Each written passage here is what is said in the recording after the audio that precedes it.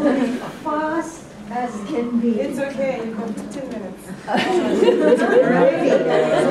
Hello, my name is Joyce. I'm the Executive Director for a small non-profit organization called the Women's Council on Energy and the Environment. So let me show you my fancy slides, which is nothing like compared to what you have, but just wanted to show you. That's the organization I work for. It's the Women's Council on Energy and the Environment. And I'm going to whiz through this really fast. So these are quick facts. It's pronounced WCEE. And some men have said, what exactly do you see? You see a lot. We were established in '81. We are a non-profit. That means we are tax exempt. In the United States, we do not pay taxes. We conduct business, but we do not pay taxes. Yeah, but you know, we're non-profit. We don't make much money. We're a membership organization. We have about 900 members. Our membership has risen in the last 2 years from 600 to 900 in the last 2 years.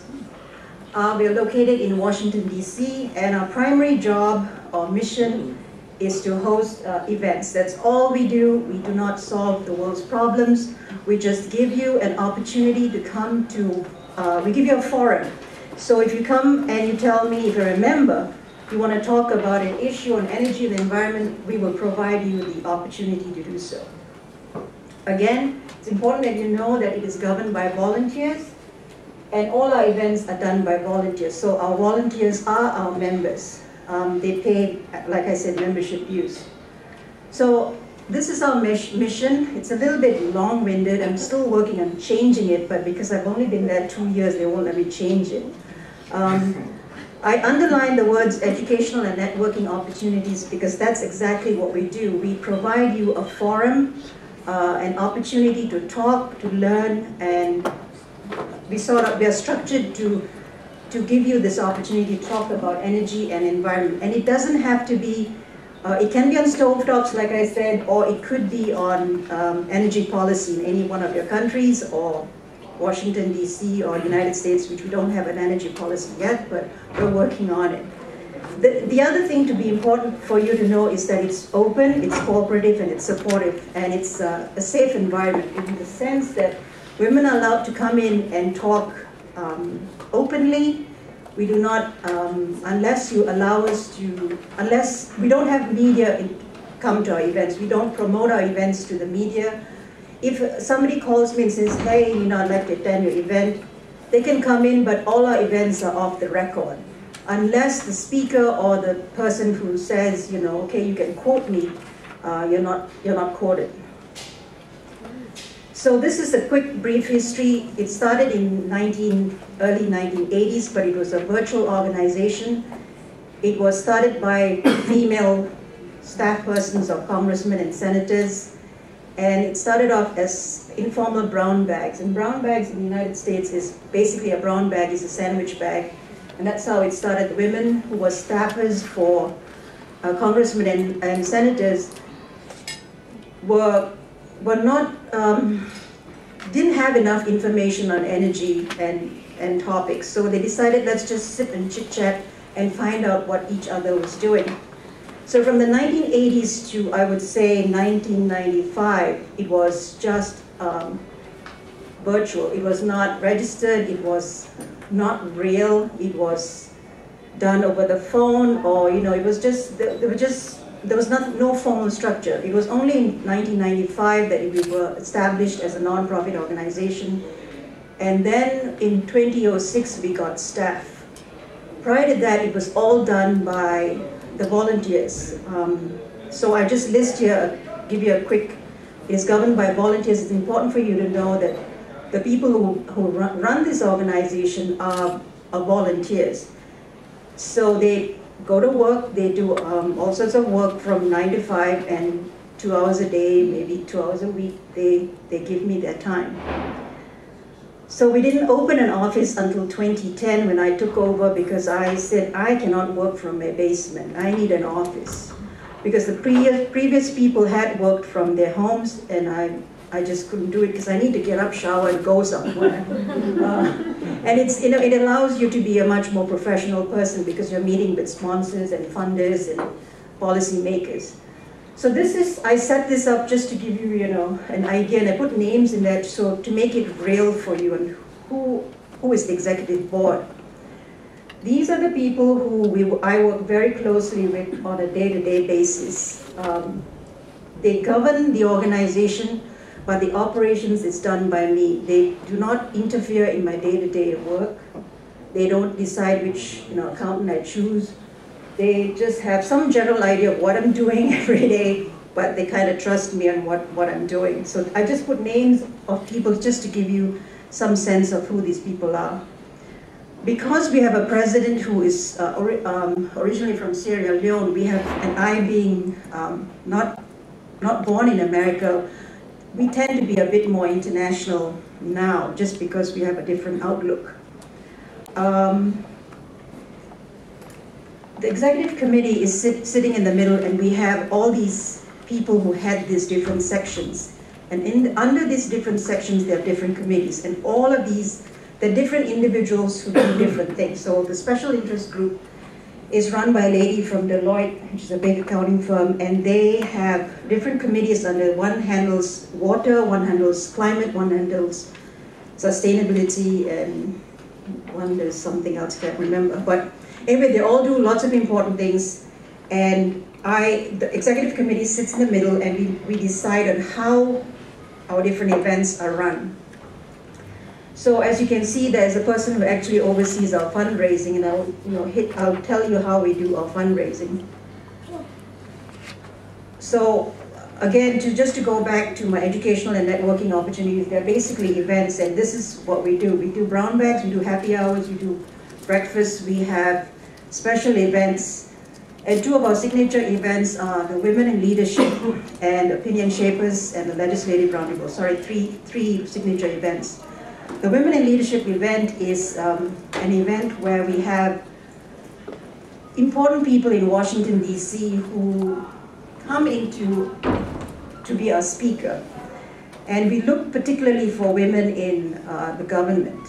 They have to be very high ranking, they have to be an expert, so that they come in and they make a presentation and they talk about their work, and they also tell us about how they got to be that position. What did they study in school? What were their jobs? You know, who did they know? How did they come to be where they are? The Opinion Shapers is another important event for us. It is usually, we have media people come in and tell us how they write topics on environment and energy.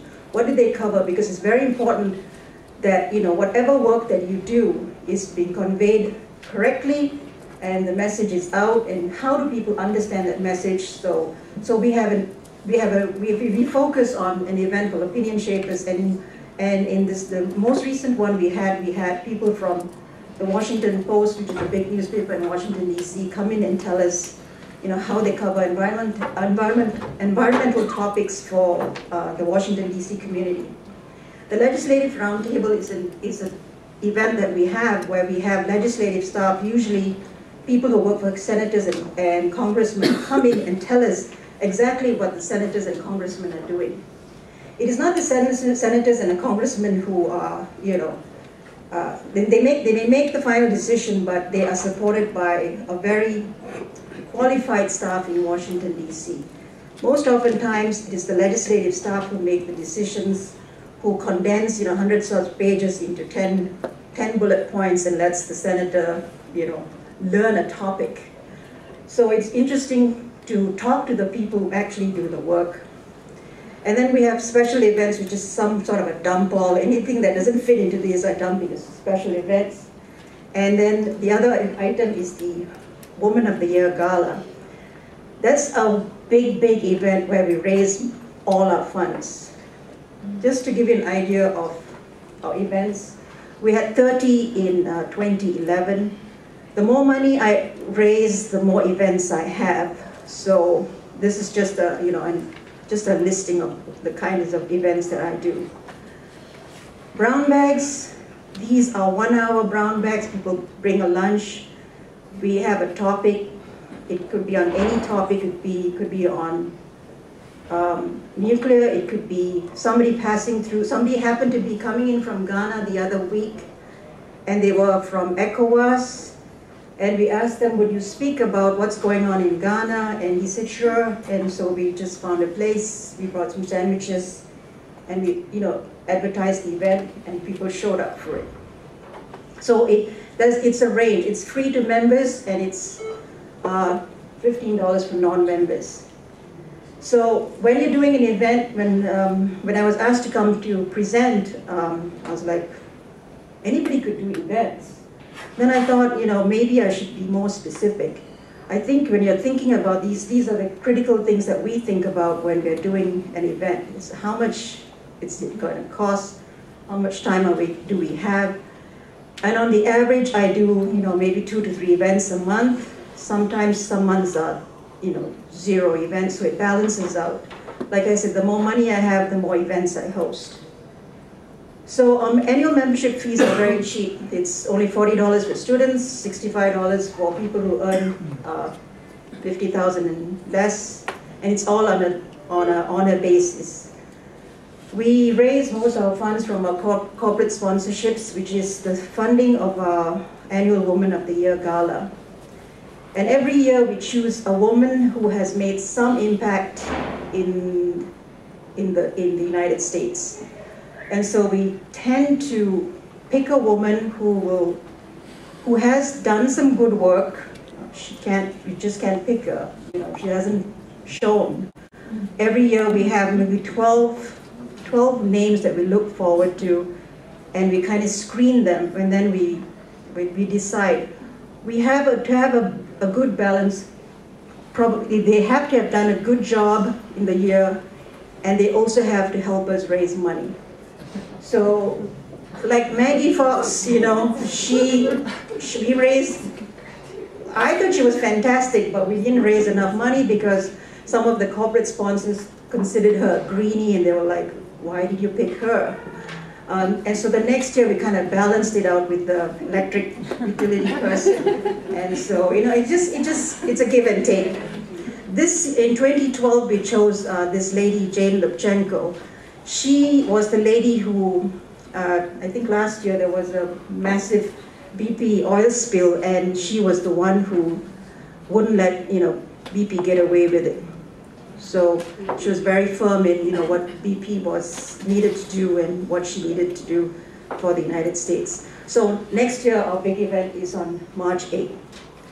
So people sponsor. This is how we generate our revenue. We sell tickets to this dinner. So if I underline, everything is same. One corporate sponsor will give me 5,000 and one will give me 10. The only difference is one person gets 10 memberships and the other person gets 20 memberships. That's the only difference. So these are some of our sponsors in 2011. You'll recognize some of these names. Most of the names, are law firms in Washington, D.C. Some you will know, like DuPont and Dow, but most of them are big engineering firms or law firms that work on environmental or energy issues. So these are my challenges, fundraising. The more I raise, the more I can do.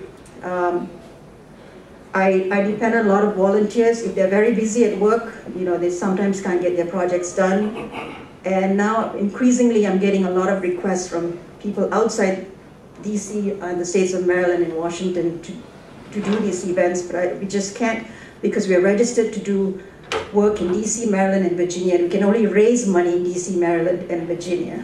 So when you're organizing one of these networks, this is what you need to think about. You need to have a common purpose. You need to welcome all. You shouldn't develop cliques and think, oh, she is such and such, and he is such and such. You just welcome all, be open to communication. You have to start small and aim big. And if you're creating this, you need to think about how specifically for me, is how is it going to be funded. So every year I have a stress in raising enough money so that it can pay my salary, run my events, and keep us, pay my rent for 6 months in case some catastrophe happens. And but I'm hoping with 31 years, I think God will keep us going for a few more years. So what comes out of this, basically because it's volunteers, these are the skills that they learn. They have to put on the events. If they're going to call Dr. Lubchenko's office, they need to have good phone skills. They need to talk to sponsors. They need to do event planning. They need to talk to policymakers. If they want a senator to come and speak at an event, you know, they need to be able to call that office and make those decisions. And even though my title is executive director, is a fancy word of saying that I do all these, right? And I'm only a semi-practitioner because you cannot be totally zen about this because you're working with 900 members who have questions, you have a board of directors, you have funders who ask you all sorts of questions, and you have to answer all of them because if you don't, you know, they get pissed off when they don't fund you. So things that make my work much easier. I have a committed board. They are very committed to this, so they devote their time.